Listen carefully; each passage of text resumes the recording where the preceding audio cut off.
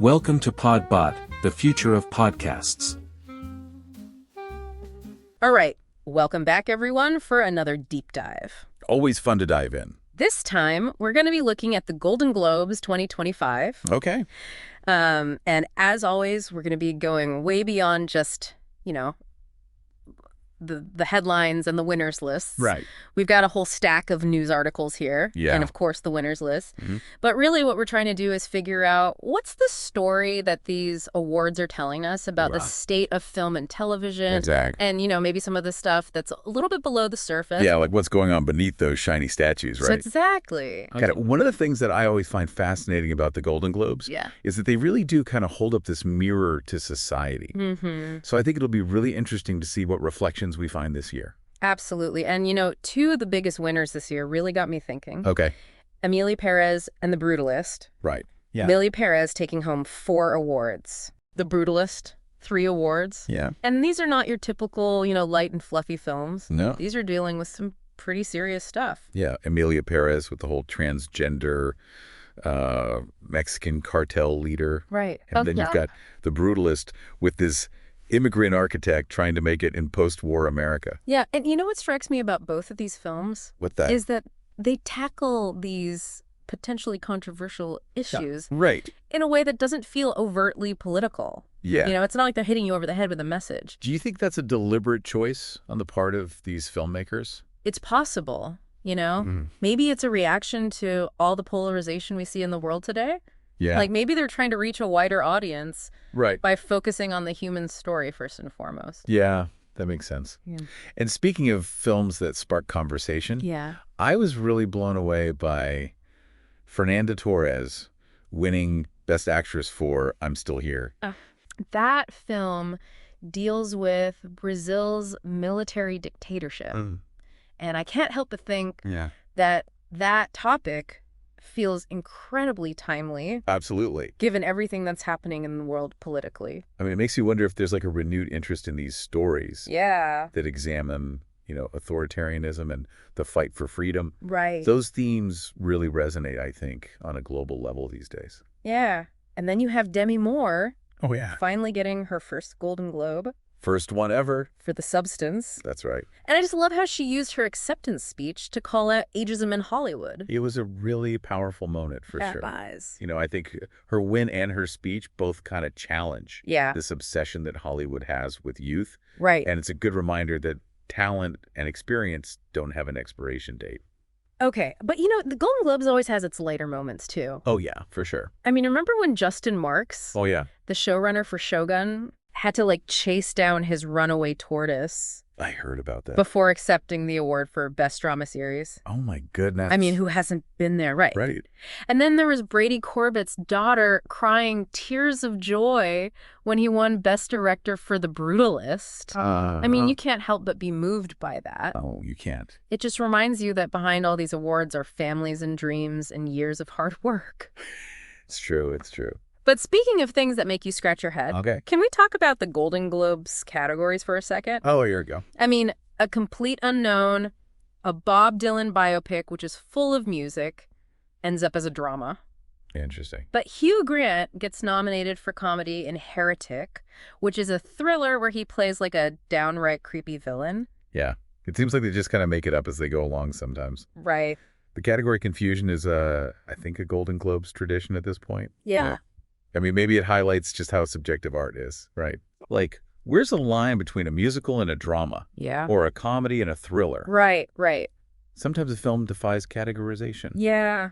And that's okay. I guess it keeps us on our toes. It does. So Shogun really cleaned up in the television drama categories, taking home 4 awards. Wow. And then past winners like Hacks, The Bear, and Baby Reindeer all continued their winning streaks.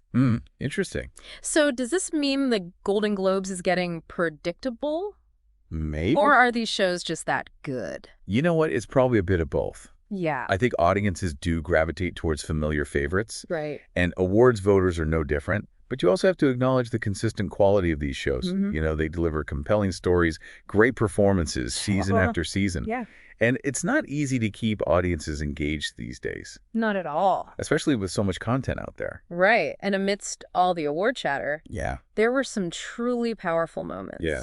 I mean, Sebastian Stan, who won for A Different Man, where he plays a character with neurofibromatosis. Right. He used his platform to advocate for more inclusive roles. Good for him. And greater acceptance of disability. Yeah. Which was fantastic. That's wonderful. And then you had Carla Sofia Gascon, the star of Amelia Perez, delivering a powerful message about resilience and the human spirit.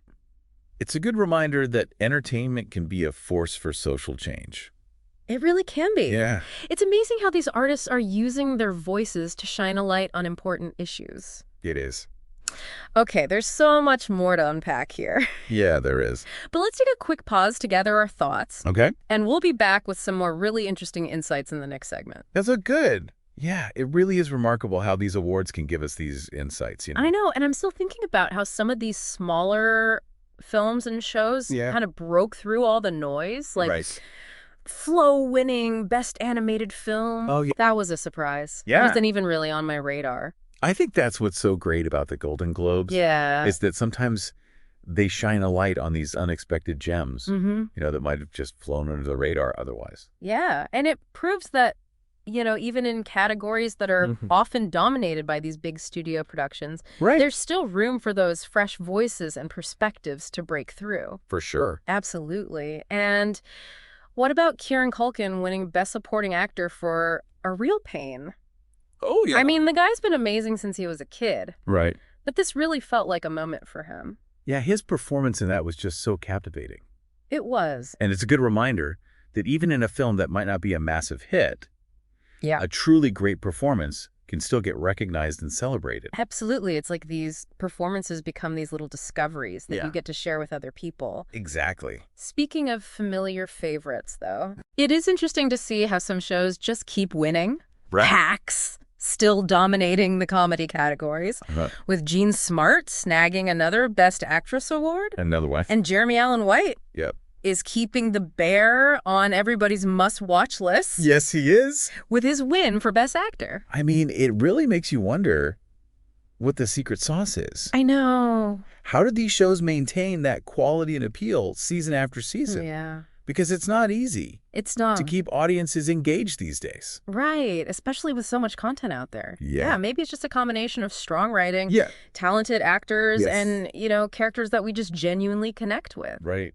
Yeah, whatever it is, these shows have clearly figured out the formula for success. For sure. And let's not forget Baby Reindeer. Oh, yeah. Which won its second award for Best Limited Series. That's right. I feel like the show really sparked some important conversations. Yeah, it did. It tackled some really complex themes. It did. In a way that was thought-provoking, for sure. Yeah, and it's interesting to see how audiences are responding to these kinds of stories, these narratives that don't shy away from difficult subjects. Right. You know, that embrace ambiguity. Yeah, I think it shows where we are as a society. Yeah. We're grappling with so much complexity in the world. Right. And I think that's starting to show up in the stories that we consume and connect with. Like art is imitating life. Yeah. Or maybe it's the other way around. Right. But this brings us back to something we touched on earlier. Okay. The Golden Globes confusing categories. Uh-oh. How does a Bob Dylan biopic, overflowing with music, end up as a drama? Right. And then you have Hugh Grant in a thriller getting a comedy nod. I know. It's baffling. It's baffling. It really is. The Golden Globes and its categories. Right. It's a love-hate relationship. It is. But, you know, maybe it's a good reminder. Yeah. That labels and categories can be limiting. Right. Art doesn't always fit neatly into boxes. I think you're right. Yeah. Sometimes it's better to just appreciate the artistry and the craft, regardless of how it's categorized. Exactly. At the end of the day. Yeah. It's the stories and the performances that matter. Yeah. And this year's Golden Globes definitely delivered on that front. They did. Okay. Yeah. So we've talked about the big winners, the surprises, the heartwarming moments. Yeah. And even those head-scratching categories. Right. But what does it all mean? Yeah, that's the question. What are the takeaways that we want our listeners to walk away with? I think for me, one of the big things that stood out this year was how the Golden Globes really shined a spotlight on these stories that focus on marginalized experiences. I mean, you've got Amelia Perez exploring transgender identity. Right. I'm Still Here, bringing attention to Brazil's past. Yeah. These are narratives that I think we really need to hear. Absolutely. I think those stories really resonated with people because they offer this glimpse into worlds and experiences that are often overlooked. And it's about, giving a voice to the voiceless. Exactly. And challenging us to see the world through different lenses. It's not just about, checking boxes or meeting some kind of diversity quota. Exactly. Right? It's about authentic representation and expanding our understanding of what it means to be human. Absolutely. And it's not just about the stories themselves. Right. But it's also about who's telling them. Yeah. Recognizing talents like Fernanda Torres and Carla Sofia Gascon, Yeah. who come from different backgrounds, Right. and bring such unique perspectives, shows how important it is to diversify the voices behind the camera as well. Absolutely. It feels like there's this real hunger for these kinds of stories, stories that challenge the status quo, that push us outside of our comfort zones. Exactly. But it also makes me wonder, What's that? what about the films and shows that didn't win? Right. Are there other hidden gems out there that deserve our attention? Stories that maybe got overshadowed by the big winners. That's such a great question. Yeah. I mean, the awards landscape, Yeah. as fascinating as it is, Right.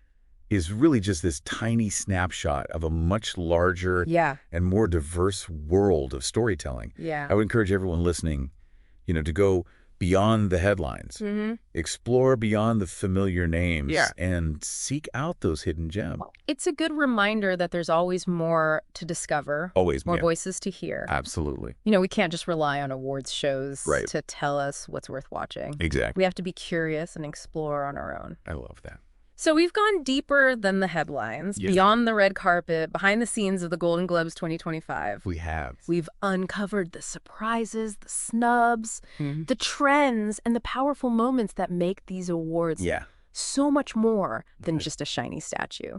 But the journey doesn't end here. It doesn't. It's up to all of you listening to keep exploring.